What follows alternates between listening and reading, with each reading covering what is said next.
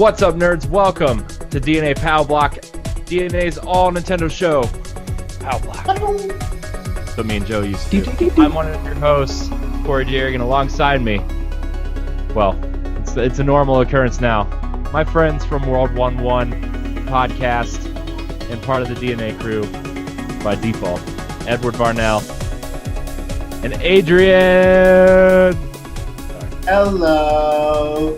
Hey everybody, what's up? So glad to be doing another Pow Block episode. Yes. You know why? Because Why? I love the topic today. Yeah. Ooh. Yeah, we've got two topics for you today. First topic is going to be how Mario has stayed relevant for 30 plus years. And the second topic is the Wii U's generation in review. Now I know there's a couple games still coming out for it. You know, Super Mario Color or Paper Mario Color Splash, Zelda, obviously. But the meat of the Wii U's life cycle is over, and these are kind of like swan songs. So They will be supported in 2017 with more games. So we'll see. we got a robot Edward. Yeah. Oh, Robo dang it. Eddie. Robot Edward. Okay, I'll be right back. All right. So how Mario has stayed relevant for what is it now? Like over 30 years now? Yeah, like 31-ish. Yeah, I think so. It is a very good question, but I think Mario is one of those. It's like Mickey Mouse, really. It just except on video games. Anything you put out on Mario instantly sells well, and it's recognizable, and it's just great. So generation after generation, people still grow up with Mario, even though like most kids this day, they like their Call of Duties and they like their Battlefields and whatnot. Still, they know who Mario is, and that I think there is something really magical about that. Yeah, I kind of feel like Mario stayed relevant because of all the amazing games that Mario keeps appearing in, and like, I really think he's still relevant because of the awesome Super Mario Brothers movie that they made. But I think he's easier to market, and his games have appealed to everybody. So, as a kid, you feel accomplished making your own Mario level from Super Mario Maker, or actually being a Mario game, while parents are finding out that the Mario games are kind of hard when you're trying to 100% the 3D ones. yeah, I mean, even Super Mario World is hard. Like all these, like here's the thing. The Super Mario games since Super Mario Brothers have been so good at teaching you how to play their games without actually telling you what to do. Like you look at World 1-1. There's a Goomba coming straight at you. If you don't jump over that Goomba, you're screwed, right? And that teaches you how, the jumping mechanics and the different things you can do with the jump mechanic alone. And then you get to the spaced out platforms that you need to sprint. Well, it doesn't tell you how to sprint, so you have to figure that stuff out. And if you don't sprint, some of these jumps you're not gonna make it. I just feel like over the years, each game, we moved to Mario 64. It doesn't really tell you how to play the game. You kind of just figure it out in the courtyard. You jump, you learn how to swim in the courtyard, you learn how to jump. You learn how to run, walk, tiptoe, based on how far you move the joystick forward. Mario just has this. He just keeps evolving, and the games keep getting better and better. Even the new Super Mario Brothers games are great at feeding you information on how to play the game, and then progressively add new mechanics and adding the new mechanics to the old mechanics to make a more challenging level is just the way Mario games have always been, and that's why I think Mario stays relevant. Yeah, he's easy to market because he's a universal type character. He's not not aimed towards kids. He's not aimed towards adults. He's not a mature character. He's just a universally he's universally easier to market. And it's that's why he stayed relevant, I think. And like Adrian He's kind said, it's like Mickey Mouse, you know, like Mickey Mouse isn't necessarily a kid's character. He's just an easy character to form a company around, and that way you can market things with a character that's universally loved.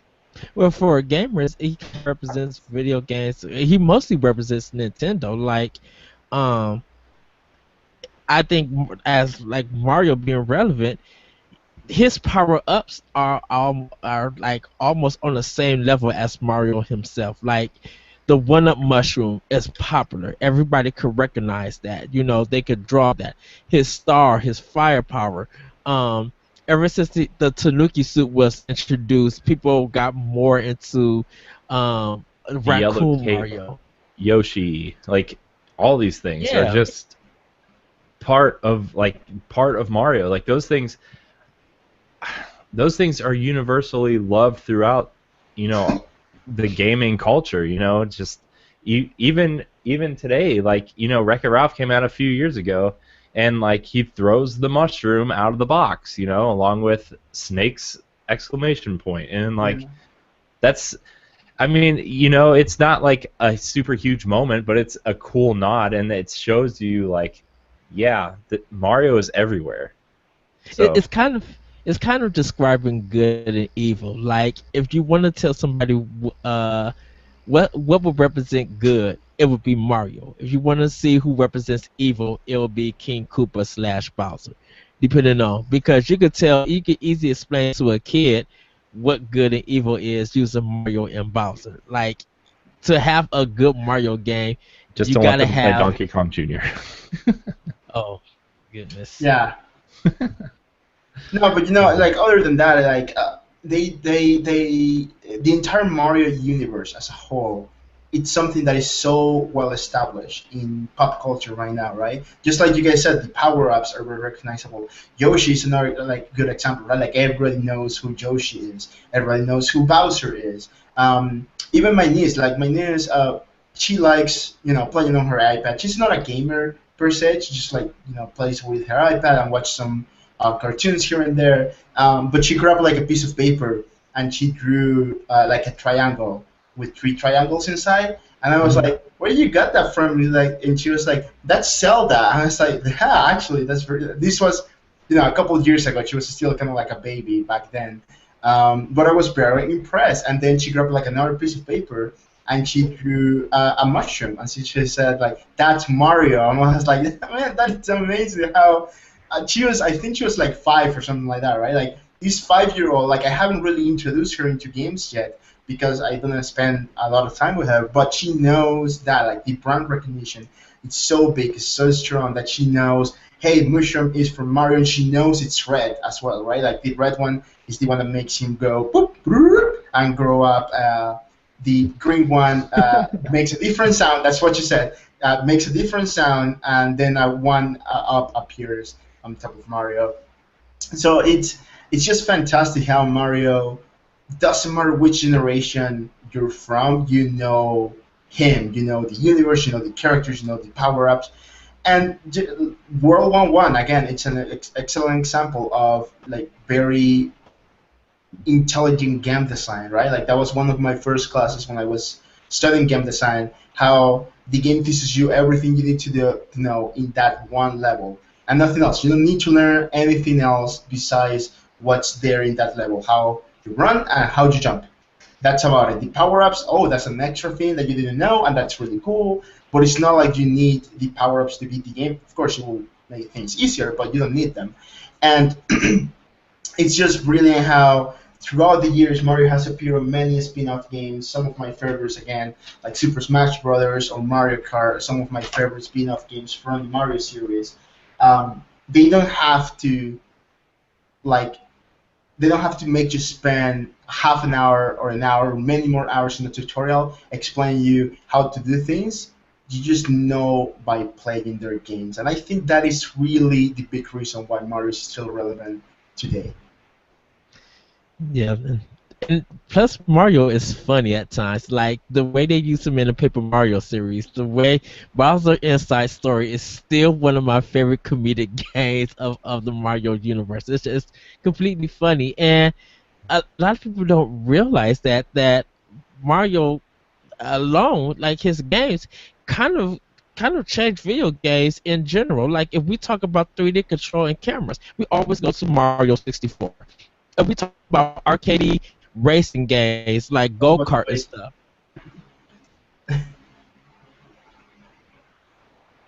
Huh?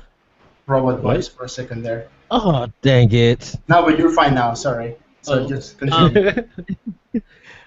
We talk about arcade fun kind of go-kart games. Mario Kart did that.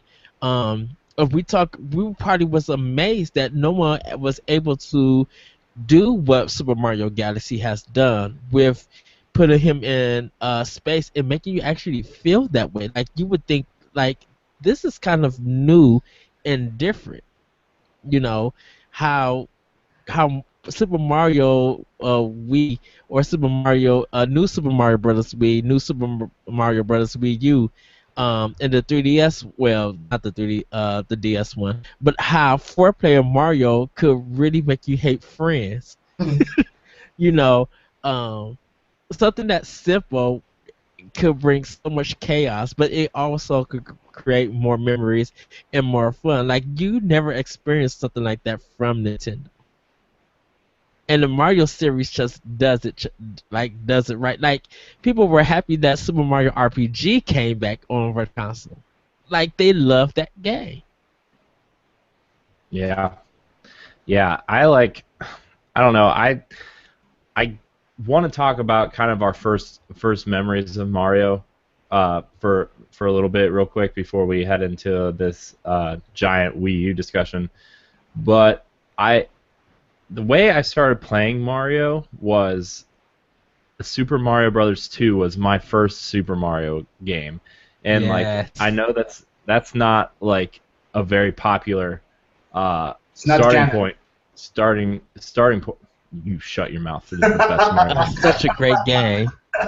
Shut your mouth. I would drive to Canada. You drove to Canada. I know. You are right. I did, and it was a blast. You caramel Mexican. Stop it. Jesus Christ. Oh my gosh. Sana's family was so awesome while we were up there. It was amazing. But you know, I'm literally still jealous with the food that you two I were talking know, about. it was so good. Oh, it was so good. It was the best. Come to visit. It was the best food I've ever had in my life. How far are you away from Toronto? Far. I actually don't blame you for not coming. I'm like a driveway. It's very far. Okay. Yeah. I think I'm 7 or 9 hours from Toronto. Because I know if I go through Detroit, Michigan, cross over a Southern Bridge, I'll be in Canada. Then I'll just have to find Toronto that way. Yeah. So I'm not too far.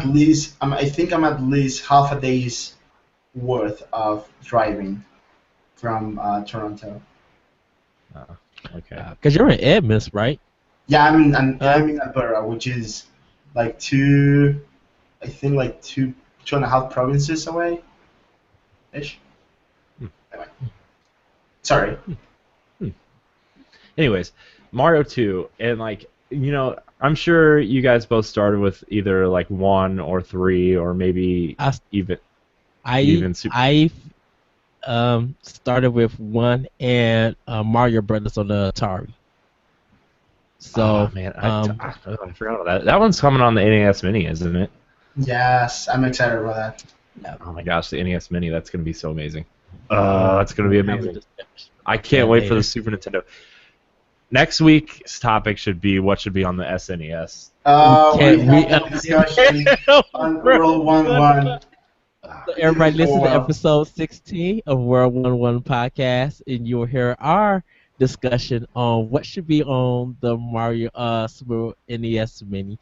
And it's a train wreck, but it's so funny, and we just love video games. We're very passionate. It just went to hell so quickly. I'm working on getting World 1-1 on the website, so yeah. I'm trying. I still stand by that the Legend of Zelda Link to the Past should not be on the Super NES Mini. I stand still by that. Yeah, Corey, don't engage. Get out of here. Anyways, before I start hating everyone in this show, both of you. For a few minutes, Mario, they did love us again. my NES experience was a little bit different than most people's. Where like my cousin had always had to have the latest and greatest system, and like I would always get his hand-me-downs. Oh. So like, I got a Game Boy right when it came out. My grandma bought it for me, and I had Tetris and boxing, and then he got me Teenage Mutant Ninja Turtles for Game Boy. But then I got his NES like a year Yes. later, and he gave me all of his games that went with it. But for some reason, like he didn't have Super Mario Brothers and Duck Hunt. I ended up getting that later, and I started with Super Mario Brothers 2, and I just remembered that first, like where you pick your character. I'm like, wow, this is kind of interesting. But like I already knew about like picking characters in games. I didn't think it was weird because in Turtles you could pick your character, you can pick which turtle you wanted. So I was like, oh, okay, whatever. Right. And like I would always pick Toad because Toad looks the most ridiculous when he's running. He does. And I just remember that first scene when you're falling down, like the that black screen and all the like the enemies are there, and you have to go through the door to get into the first world or the first level, and it's just like, oh my gosh, it's so just iconic for me as an NES owner. And like, you go down those pipes to get to the dark world, and like you can find hearts and keys and secrets, and then some of them you go down and there's the scary face mask that flies around and chases you around the level. I'm like, yes, oh, I love him. He was frightening to me, but he was the Silent Hill enemy in Super Mario Brothers 2 to me, because I dropped that key and I was out. I was just like, I know I gotta open up this door, but I picked up that key and hightailed it out of there. Yeah, and I was like, oh my gosh. And then he ended up getting another NES because he was mad that he gave me his, and we would go over to my grandma's and we would play Double Dragon, Mega Man 2 and 3, and like, Castlevania and all these other games that I didn't have but he had. And like my NES collection is very small, but it is, I love that system so much, just because it's your first major system. Like we had an Atari, but it was my dad's. I mean, we played it together, and the only game I really remember off Atari was Kaboom. But like, oh goodness, oh my gosh, that NES. I could run you a list of NES games I have, from Blaster Master, Bionic Commando, Rygar, Double Dragon 2, The Revenge was my birthday gift, Rain Kings, Kung Fu. Just like my range of NES games was like impossible to touch. Yeah, and then like I remember when my cousin got a Genesis, he ended up giving me his Genesis because he got a Super Nintendo instead. And I remember trading in like Mickey's Fantasia Magic or something, and a Castle bunch of of Illusion? No, it wasn't Castle of Illusion. It was a Fantasia game. Really? Like it had the word Fantasia in the title. Okay. And there's a bunch of crappy Sega Genesis games that he gave me. And I remember I traded in, like, this was the first time I'd ever traded in any games. We went to this little store by our house called The Exchange, and I traded in a bunch of Genesis games, and I got 2 games. I got Barkley Shut Up and Jam, which was a which was a NBA Jam like rip-off game, and I ended up getting Metroid for NES because I still have an NES hooked up, because when you're like 6 or 7, you don't pay attention to like generations or anything. Well, maybe you guys did. I still haven't beaten Metroid all these years. Dude, Metroid, that first Metroid game, it's clunky and it's got some weird. It's very hard, but and I realized that Super Metroid and Metroid Fusion and some of the games that came out afterwards are like way better, but Metroid is like, the original Metroid is one of my favorite games of all time. It is on my top 10 list. I actually need to buy 1 and I need to buy 2 because I never played 2. I know it's on 3DS and I need to buy it. Actually, I would love to do a Metroid retrospective and really go through most of the games. Yeah, we should do that. That's going to be a setup on our website. Thanks for the idea, Edward. Well, Metroid Prime Federation Force is coming out, so. I know the demo, the Blast Ball demo's out. Did you guys download it? I have not, no. I have That not. reminds me. Where is my 3DS? I need to download that. It's back there. No, my Nintendo experience in the other days was even different and probably more limited than you guys. Of course, I didn't grow up with an NES. I was old already. No, I was a kid when the NES was like living, and the Super Nintendo was kind of like entering-ish, right? But I grew up with a Sega Genesis. I was a Sega kid. The few Nintendo games that I played when I was a kid were through my cousins, and like, you know what? For the life of me, chances are my first Mario game was Super Mario Bros. 1, maybe even Super Mario Bros. 3. I do remember in grade 6 I play Super Mario Land 2 on Game Boy, that a friend had it. But I think my first... Such a good game. It is a fantastic game, yeah. A great music, too. Yes. The Mario game that I have the most memories with, the one that to this day, it is still my favorite Mario game, is playing on my Game Boy Advance the remake of Super Mario World. And, I mean, oh my god, did I love that game. Like, all I did when I got that game was playing Super Mario World back and forth all the time. I probably went through like 100 AA batteries on my Game Boy Advance just playing that remake. I was obsessed to the point that I remember 100% in it, and I was sad when I did it because there was nothing else to do. I was like, well, like, what now? Like, where do I go from here? It's so weird that you mentioned that game, Super Mario World on the Game Boy Advance. Because I don't think the Game Boy Advance had any original Mario platforming games. I think it had just Mario Kart. Robot and- Boys. Huh? Robot Boys. Robot Boys. Oh. Edward's having a robot voice moment. He always Just Google this. I know. I need to get on Lee. Lee. He's building my PC for me, and it's coming along. But I cannot wait till that thing comes. It's gonna be so nice. It's gonna be so nice. It's just But, weird that the Game Boy Advance didn't have a original Mario platform game. Like what New Super Mario Bros. Was the Robot first Boys. Robot Boys. I'll be right back again. Okay. Ah. No, but yeah, that was my experience with Mario. That's the experience that I remember the most. And you know, like after that, playing Mario Kart Double Dash with my friends, playing Mario Kart 64, of course. I mean, who didn't?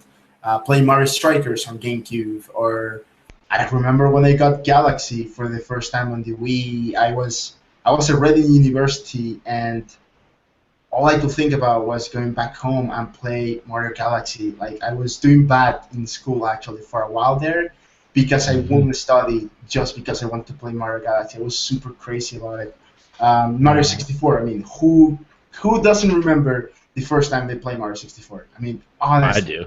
I didn't even open my I think I told this story on the show before, but I remember when I got my N64 and I opened Super Mario 64, and I didn't even open the rest of my presents till later that night because I wanted to get playing that game, because I had seen it at Toys R Us, and like, you know, they had that demo that was like a 15-minute demo or whatever, and then it would reset and it's, thank you for playing. You know, it was just like, oh my gosh, I just You know what? That's how, there's something funny about that though. Again, because I don't fully remember me playing Mario Bros. Or Super Mario Bros. With my cousins or anything. Like, that's like very foggy. I honestly, sorry, I don't remember my first Mario game. But like, I didn't get the fact or how big it was that Mario was now walking on 3D, that he was a full 3D character, that platforming was a whole new thing, and that he was talking too. Like in my brain, like I didn't process that until way later in my life, where I was like, oh wait, Mario didn't always talk. Like that was something that was added later. Like, I mean, what? Like it was hard to understand after a couple of years playing Mario 64 that was a thing that was new in this game, and it was just like mind breaking. That's if you didn't know the Mario had a cartoon. Yeah, like I remember watching the Mario Super Show and him being like super New York Italian guy, and then you go to Mario 64 and he's like super regular Italian guy. And I'm like, what? Hold on. Yeah, it took me a minute. It took a minute for that switch to flip. That I was like, oh, okay, Nintendo is like kind of changing the way we view Mario after that awful Mario Brothers movie, and then like because Bob Hoskins had that terrible New York accent too, and I was like, oh, okay. So yeah, and you know what? Like I do remember watching the cartoon, and of course I watched the movie when I was a kid as well. But even so, like none of that really settled on my brain until later. Yeah, I remember watching the Super Mario live show and then watching Zelda on Fridays. They did Super Mario World on NBC on Saturdays, and I lost my mind when I seen Super Mario Brothers 3 on The Wizard. I remember the first time I saw like Super Mario 3 was in Three Ninjas. Oh wow! Oh yeah. Because I was obsessed with Three Ninjas for a long time, and like this was like right before Mario 3 came out. Three Ninjas had come out on like VHS, and I was watching. Which one were you? Oh man, I thought I was Colt, man. Colt was the best. Yeah, yeah, that sounds the same. What about Surf Ninjas that had the Game Gear? Oh, I know the time Game Gear, and those like, oh my gosh, that's the only reason why I got a Game Gear was because of Surf Ninjas. Like that is the sole reason I got a Game Gear, and I regretted it. That was like, can I have my Game Boy now? I used to play Mortal Kombat on Game Gear because my best friend. And then they made a Surf Ninjas game for Game Gear, and it was terrible. Terrible, yes. Oh my gosh. Oh man. Before we wrap up the Mario topic, well, I guess it is kind of wrapping up the Mario topic. But speaking of Sega, did you see that new Sonic game that's coming out? I think we talked a little bit about it on DualShock, but oh my gosh, the game looks cool. Yeah. While we was talking on DualShock, I watched it and I was just like, oh, okay. I hope it's good. Right. I hope it's good. I really do. Any final thoughts on Mario and how he's still relevant before we move on to the Wii U? I don't know what they have. I don't know what they have planned for the NX, but I really cannot wait to see where they take Mario.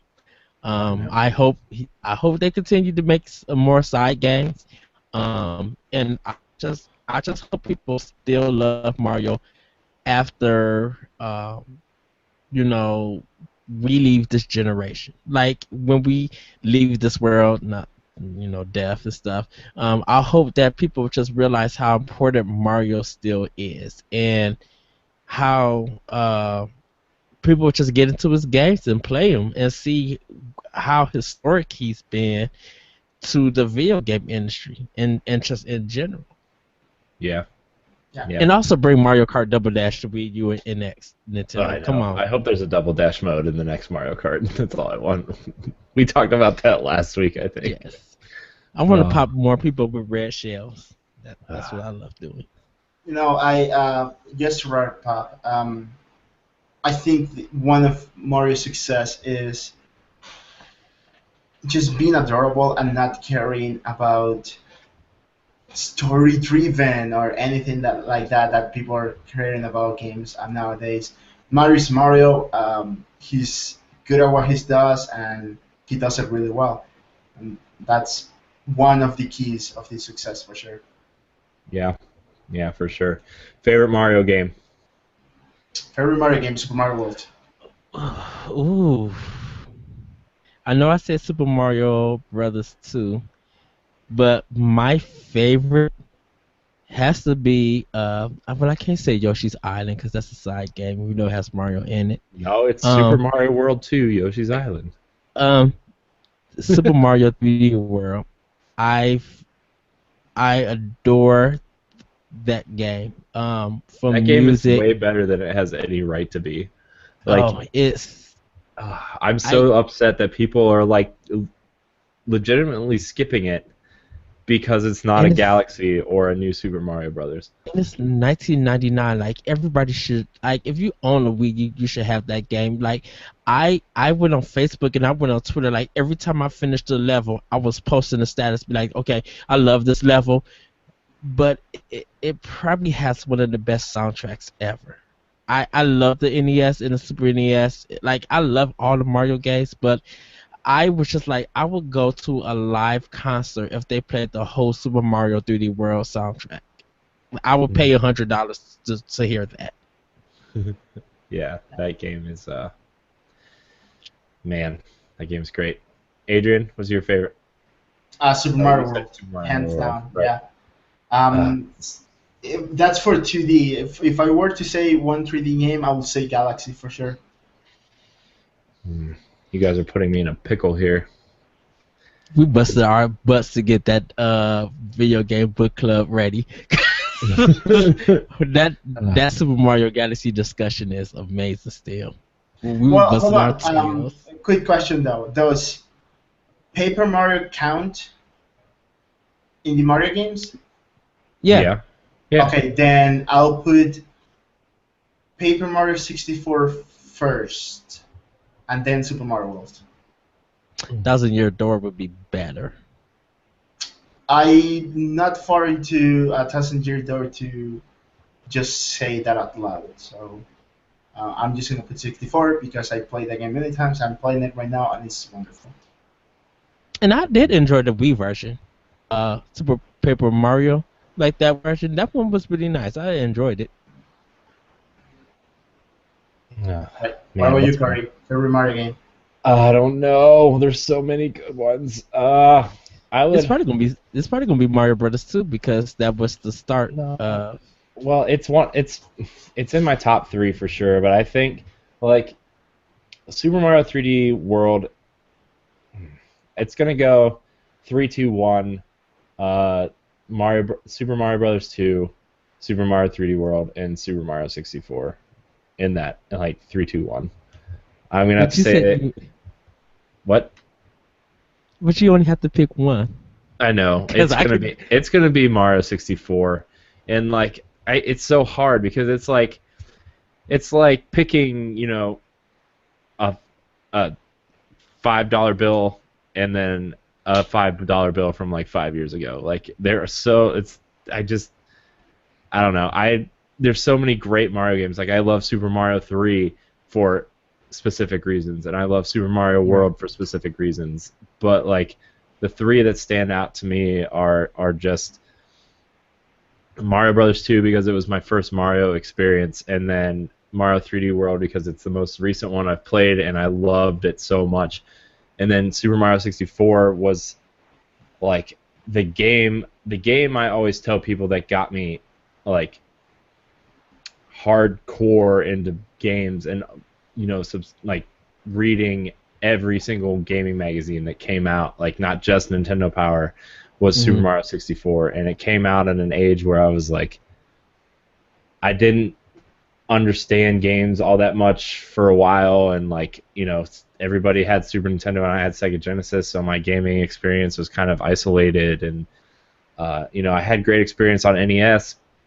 But I was kind of young to be understanding the mechanics of Final Fantasy or Dragon Warrior or games like that.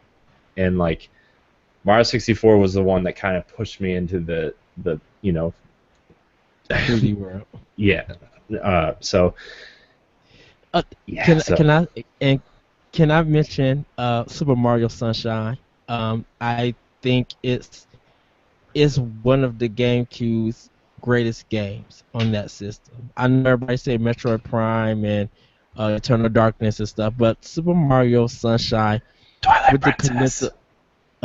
Calypso music, the water is still like one of the best things that happen in video games with water. Like it's it's it's one of my favorites. And that challenge in the game. If you try to get everything, it's gonna deliver to you a challenge. Because when they remove everything and it becomes N64 meets Dark Souls difficulty, like you not only have to pay attention to your shadow, that shadow has to land precisely on something so you can have correct platform. Yeah. Yeah. GameCube, I guess this is a good transition, kind of, but the GameCube and the Wii U have a ton of similarities for me, including the fact that a lot of their games were sort of experimental, a change of pace for their franchises. They gave us, both those systems gave us great games and great new franchises like Pikmin on GameCube, and then moving on to Splatoon on the Wii U. Great experiments that turned out to be fantastic. Pikmin is still one of my favorite Nintendo franchises that I think is severely underrated and severely under talked about. I think it's a great way to. It's almost like a beginner's real-time strategy game almost, and it's one of the best things to come out of Nintendo in a long time, in terms of new franchises. So with that, we're gonna jump into our Wii U generation discussion. Now, Adrian, I know that you don't have a lot of time left, so if you just type in when you're ready to go, when you need to go, just type it in the chat. Well, maybe we'll just continue this talk next week, like we always continue a talk like the N64 one. But our generation in review, Wii U, severely underappreciated console, I feel like. Yes. Yeah, had a lot. The one thing that I love the most about the Wii U, it's just like the GameCube. The games are gonna worth so much money in a couple of years, and it's gonna become a very important collector's items in Nintendo history. And we're gonna be one of the few people that are gonna be saying, "Yeah, we love this system from the get-go," and that's not something that a lot of people will be able to say. Yeah, I bought my Wii U on day one. I went in, I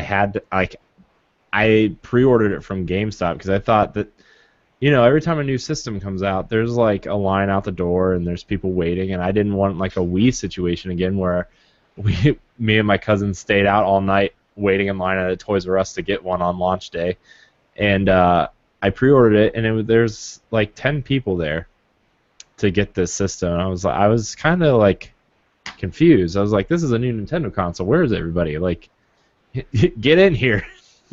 There's this greatest machine alive coming out. And like I got New Super Mario Brothers U, and I got Darksiders 2, and I got Nintendo Land, which came with the console. So yeah, my mom actually bought it for me for my birthday, and I actually busted out in tears on Optional Opinion straight live during the recording that I had a Wii U. Like, it was so unexpected, and ever since I got that system, I'm just amazed at what's been done on it, and the games that I play on the system. Like, I still think that Bayonetta 2 is better than Shovel Knight, but it produced a lot of great indie titles. The controller is not only a good TV remote when you can't find it, I but know. it feels so comfortable on in my hands, and I love kind of like watching YouTube and Hulu and stuff on there, putting it like my headphones on, and being able to see this content on the screen without having to be interrupted by anybody or be using the TV stuff. Yeah, Oh, Adrian, I don't worry because I bought think Shovel Knight on Wii U when it came out day one. I feel like I played all of New Super Mario Brothers U on the gamepad because it was so convenient. It was so cool, and Yeah. like, and I played most of Assassin's Creed 4 Black Flag on the gamepad. It was like the greatest thing I've ever had, and then like PlayStation tried to do it with the Vita, but it wasn't as good because let's face it, the Vita is kind of it's okay, it's all right. Shovel Knight is great on Vita though, also. It's the only good beta game. Persona 4 is good. That's no, that's PlayStation not 2 good. game doesn't count. Yeah. Anyway, no, it's interesting when I really think about it. The Wii U was probably the first Nintendo console on which I had money to buy on day one. Um, that I had money to buy on day one because I was working. However, like I didn't know anything about it when it first came out. I miss like the last couple of E3s Mm-hmm. before. It was just I had a time on which I was transitioning between many things. Had a lot on my mind. I had a lot on my plate, and I kind of like moved away from video games. Probably the darkest time on my life, on which I wasn't gaming or anything. I was just school, work, and just dealing with personal stuff. So I remember one time a store here was closing in Canada. Target had bought Sellers, which was a retailer here, and they were just like selling everything out. Everything out. It was going away. And I remember going into the store, and I got a brand new Wii. Right, I got a brand new Wii again because mine had broken for like $50, something like that. And it was the old white one that was backwards compatible with GameCube and it still had the ports. So I knew that was rare, and I was like, yes, I need one of those. So I got that for $50, and I got a Skyward Sword for like $15. So I was like, man, just like 65, 75 bucks, something like that. And I just had like an amazing haul, and I'm going home right now, and I'm going to be playing games. And I remember going to EB Games later to pick something. I don't remember what it was exactly, but I went to EB Games to pick something, and the guy was like, oh yeah, by the way, the Wii U is coming out next week. You can just put like a $50 deposit and blah, blah, blah, all that thing. And I just dismissed it. I don't know why, like I didn't know what the Wii U was, and I was just very happy that I got a Wii again. But I just totally forgot about that. However, I remember after that, when it actually came out, I started reading more and stuff like that, and I was just like, man, this thing looks amazing. Like I want to play Nintendo Land, and I want to play all these really cool mini games that they're showing. Darksiders 2 was another thing that looked amazing on Wii U, and I was like, I don't know what this game is, but I want to play it. But now I didn't have the money because of that, right? Because I had one in a Wii, and I had to pay some bills and stuff like that.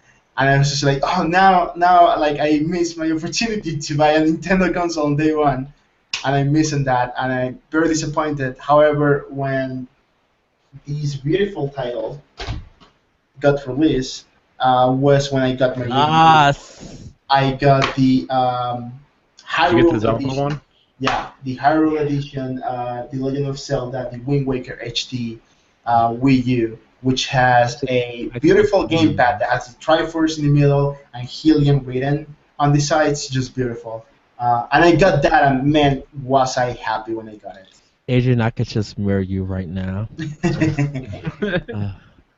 No, it was. Yeah.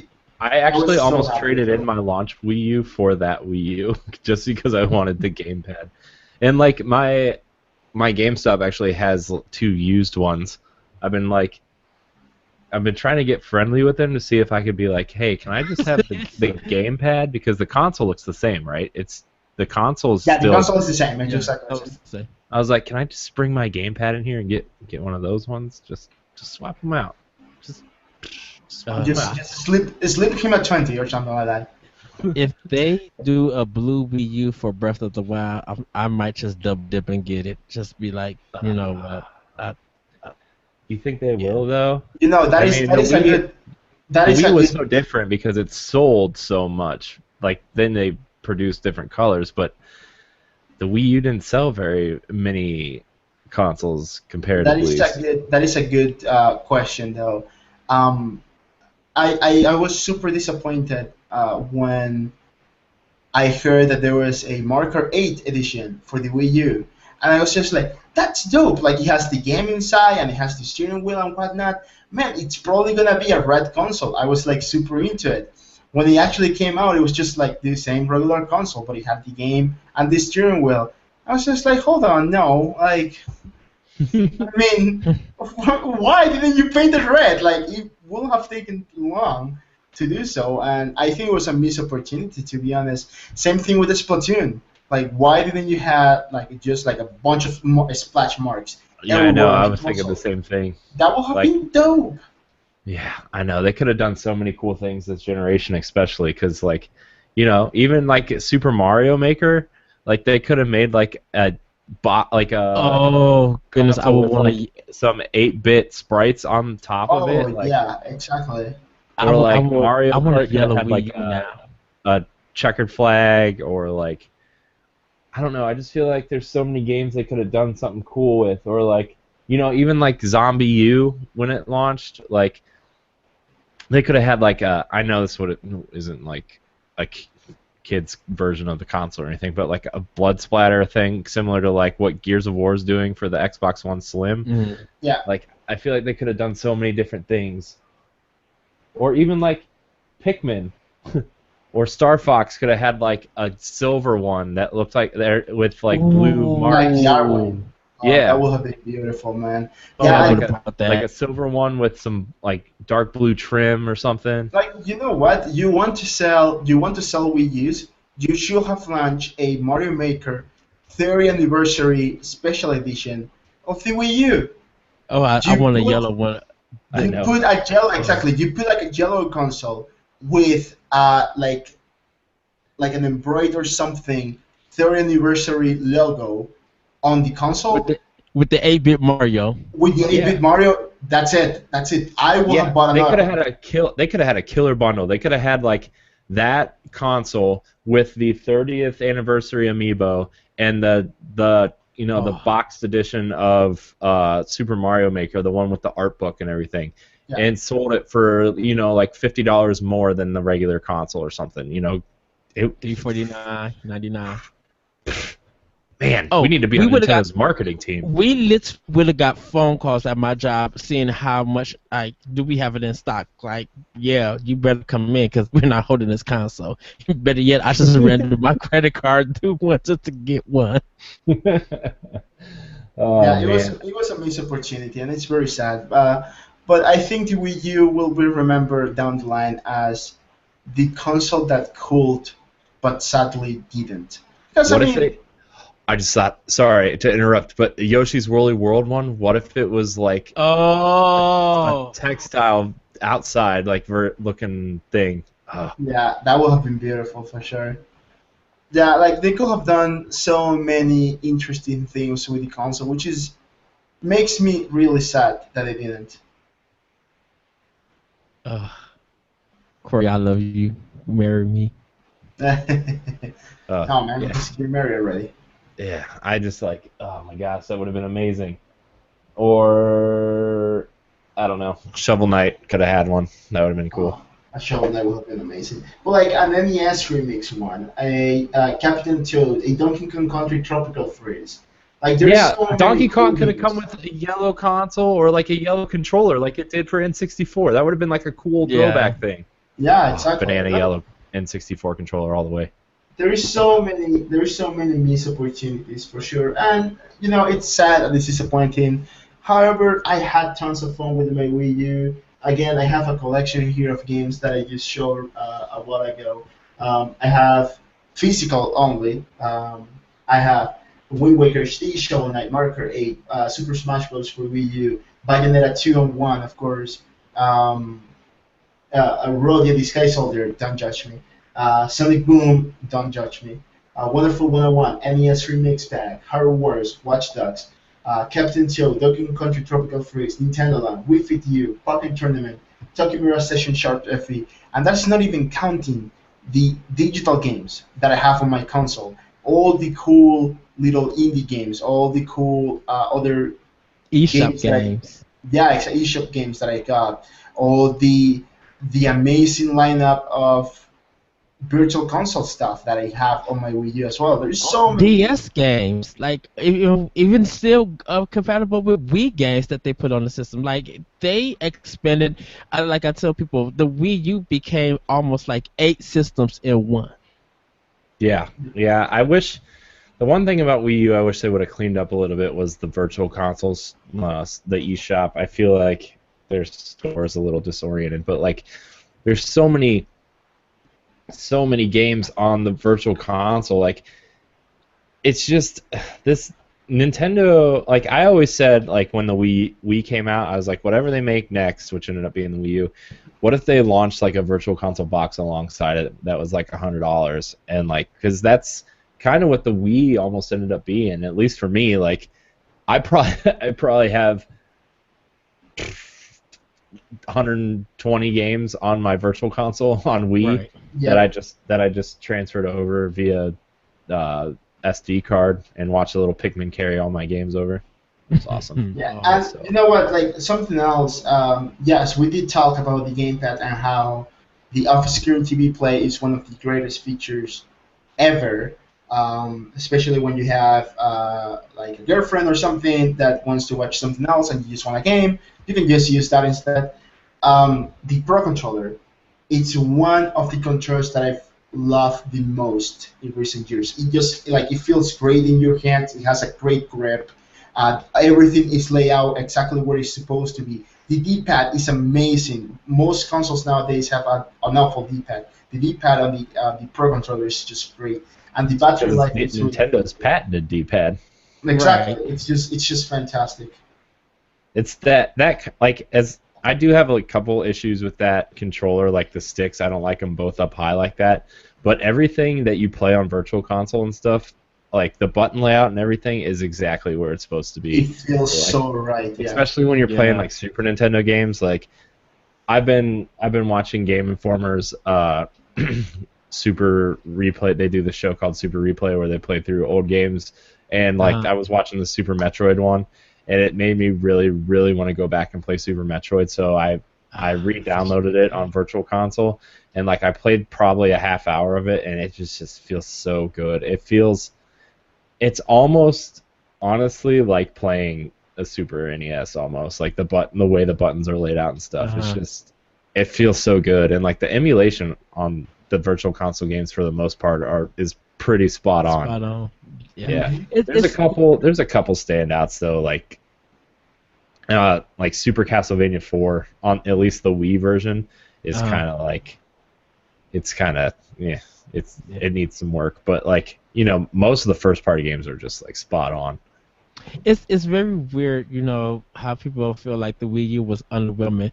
I feel like, it was kind of dangerous to see Nintendo even touch HD, make you feel like, dang, I'm like, we play HD games, but the way that they use our art style, and this looks really good. Like, if you look at Bayonetta 2, you'd be like, crap, like, why was a system that's supposed to be underpowered able to handle a game this beautiful? Yeah, and like we forget, like, this is Nintendo's first HD console. Like the whole beginning of the generation, they were learning how to do HD.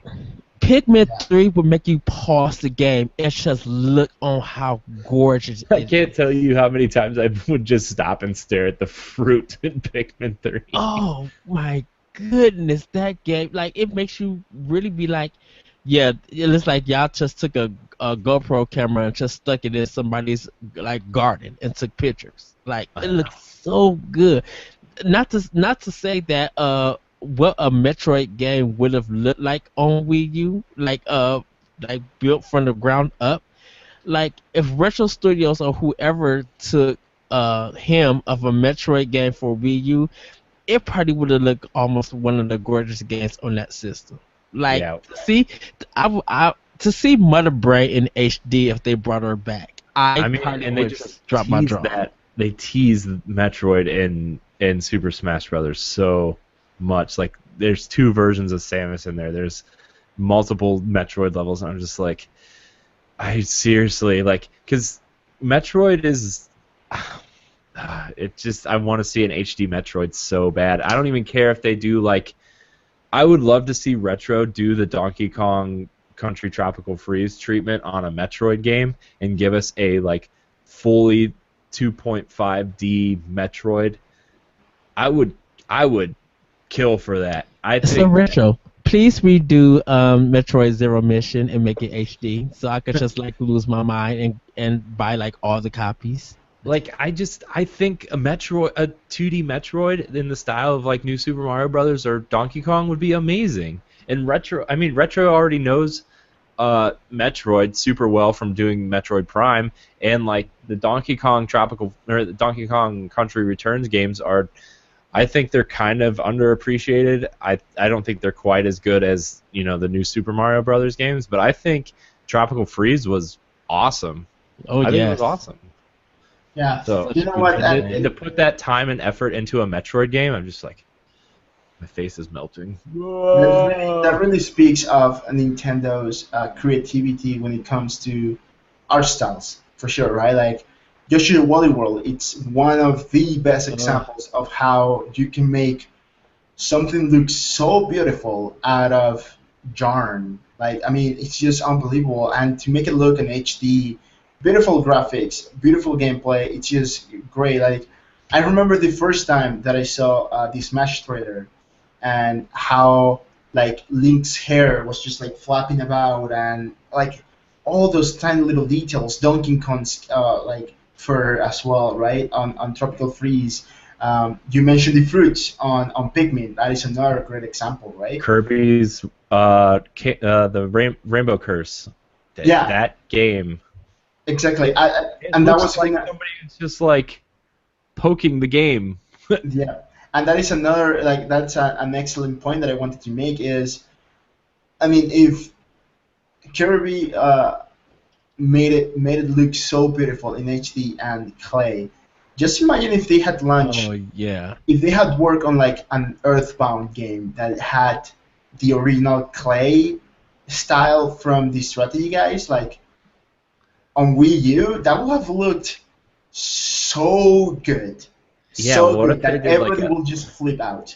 a claymation version of Earthbound I with I don't like uh, I don't know how to contain myself. Like, I think people will be like, well, people will first be upset because they didn't bring Earthbound 3 to USA and whatever. But Earthbound and Claymation, like Nintendo doing that top down 2D Claymation, like, think of the crazy attacks. Like, Earthbound is already crazy with their enemy attacks and the names and stuff. Them do a Claymation, they could go above and beyond in character designs. Yeah, Yeah. I think it will have looked so well that it will have probably put Wii U back on the top for a while, at least from a talking perspective. yeah, I feel like Earthbound with the claymation, and then you use the textile stuff from Yoshi's Woolly World as their like clothes, or like the Yeah. even adding the realistic world that Pikmin has in there, or like just to put that in there would be that's just a beautiful game waiting to happen. And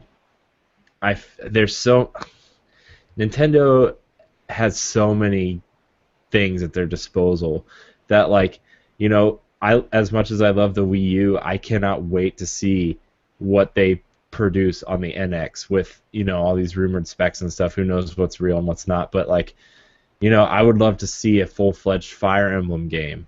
I would love to see, you know, F-Zero. Like, what would an F-Zero game look like on here? Like, I know Fast Racing Neo is basically F-Zero, but I want, like, F-Zero. You know, it's I think the Wii U was super underappreciated, but I also think I feel like Nintendo's resources are so scattered between the two consoles, or the two systems, you know, with 3DS and everything, that, you know, if whatever the NX is, if it's the hybrid console, if they have all hands on deck for one console, like, I feel like Sony and Microsoft are like, I feel like they're secretly scared of Nintendo.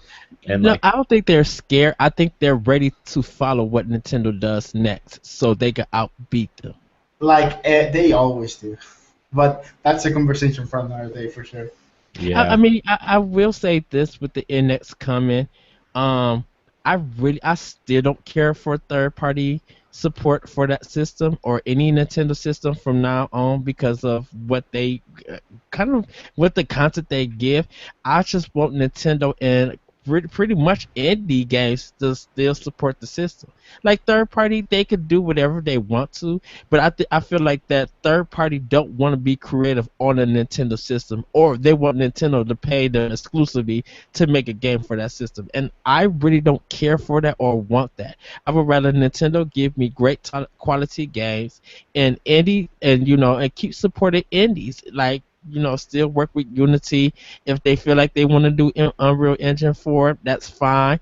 Probably implement Square Enix engine that they're using for Final Fantasy 15, the Lumina or something like that, or whatever engine that they call that. Like, just make sure that good games and great art styles and stuff that we're going to talk about and become memorable with continue to come up for NX. Like, because I feel like a lot of great stuff came out for Wii U that people just didn't care for because they was so hyped on what third party had to offer. And one of my things is that, like I said, if you're a third party company and your game comes out and half of the copies that you sold that you boast about is at GameStop, that's a problem. Yeah. Hey, as long as we get Metroid Destiny on NX. Oh no, I'm still against that. 100%. Man. Yeah, the Wii U is a great console. I feel bad. I feel sorry for the people who didn't experience some of these games on there, and like, they're missing out. Nintendo kind of is fading away from the younger generation in terms of nostalgia, and I think that's where we kind of get hooked on that, because a lot of kids are growing up on touchscreen stuff, which I think Nintendo is smart in getting into the mobile market, and the gamepad was kind of trying to capture that, but didn't quite capture it. But even people our age that have written off Nintendo because of what the Wii was, and now, the Wii U didn't sell well, and they were just like, well, I'm not going to buy a console for just Nintendo games. Like, yeah, you should buy a console for Nintendo games because they're some of the best games on the market. And, like, right. Nintendo is so underappreciated these days that, like, I feel like I don't want them to get lost, and I really want the NX to be something that stands out. I think people are puzzled on why Nintendo is still in the business and still successful, and pretty much why people still talk about them. Like, I think people feel like, Nintendo is a system that just makes stuff for that cater to kids. No, Nintendo makes great quality games, and you get pissed off when people talk about them in a positive way. Like people, you think that gamers are supposed to be walking away from Nintendo, and it's just like no, Nintendo is pretty much delivering the stuff that defines what a video game is. They don't talk about they don't use big words and talk about online functionality. They don't show trailers of what the game is going to be supposed to look like, and you don't have an idea of what the gameplay is going to be. Like Nintendo comes out and be like, this is our art style. This is some of the stuff that you could do. Heck, people are still watching the Smash Brother reveals of the characters and learning the combos and stuff. Like people got hyped about Mega Man and stuff. Like that's what Nintendo is. Like trust me, I got more out of watching Nintendo's conference and stuff than I did about Bethesda with Prey and Quake Challenge. Like really, like I still don't know what those games are really about. But Nintendo would be cool enough to show me, hey, this is what we're working on. We're going to talk a little bit about it, and this is the fun stuff that's in the game, and and the stuff like that sells to me. Yeah, for sure. I am with you there that I was really confused on what Prey was supposed to be. Honestly, I feel like it's may be a futuristic Dishonored, but I mean, that's a topic for another set of shows completely. But we're gonna wrap up this discussion, but quickly, what are your guys' favorite Wii U games? Super Mario 3D World, Bayonetta 2, Shovel Knight, Guacamelee, The Legend of Zelda, of course, Wind Waker HD, and Twilight Princess HD. Beautiful Joe 10, not Beautiful Joe. Sorry, Wonderful 101. Xenoblade Chronicles X, Super Smash Brothers. Said favorite, not at least a favorite. Said I'm sorry. I still need to unwrap my Star Fox Zero. I still gotta play that. Sorry, I've been playing other stuff. But pretty much those like are some Pikmin 3, Super Mario, Wii U. Are you reading the Wii U wiki page to see if you're Splatoon? I mean, Splatoon, like it surprised me on how fun that game still is to this very day. Like it's one of the games that you pop in and you can play for hours. Like, oh, yeah, I'm gonna play 5 matches. Didn't realize that it's 3 o'clock in the morning. You've been playing since like 10 in the afternoon. Like it's that kind of game. Yeah, and the way that game did the 3-minute matches and like that, there's so many smart things about that game that you wouldn't think would be great ideas, but end up being great ideas. It's great. Adrian, what are some of your favorite Wii U games? What do you suggest people who should go buy a Wii U now? I will say my favorite indie game on the Wii U is of course Shovel Knight. I think it plays beautiful on the Wii U. However, my exclusive Nintendo game on the Wii U, I will say Mario Maker. It's just great the way it uses the gamepad in probably the best way to use it, and there's just so many Mario levels to play. It's just unbelievable. That's why it's my favorite Wii U game. It's just infinite Mario games. I mean, what else can we say about that? I mean, it lets you create and you really sit back and think about. It's a good thing to use to teach about gravity, because like really the Mario games, it's about gravity and how it works. Like if you got to time your jumps, you got to put the platforms right. All of that is based kind of around gravity, and Mario Maker does it perfectly. Wish Adrian, I need to start playing more of your levels, and I need to start making some more levels. I haven't made one in a couple. Well, I guess a couple months now. But yeah, I guess I want to just go back into Mario Maker and just play like crazy though. Like I think I'm gonna start doing that. Yeah, I love all everything I've played on Wii U. I absolutely adore, and like there's some games I still need to get to, like Xenoblade Chronicles X. I still need to sink some time into that. I need to play that, and I need to play Twilight Princess HD because I want to reflect on how these games affect affected Breath of the Wild and like how that game evolved from these, because Monolith is working on Breath of the Wild. But in terms of Wii U games, Shovel Knight is the best indie game by far on any console, I think, right now. So especially with all that free content and the expansions that have come out and the amiibo support for multiplayer, like Shovel Knight hands down is one of the best games I've ever played. But in terms of Nintendo exclusives, Mario Maker's one.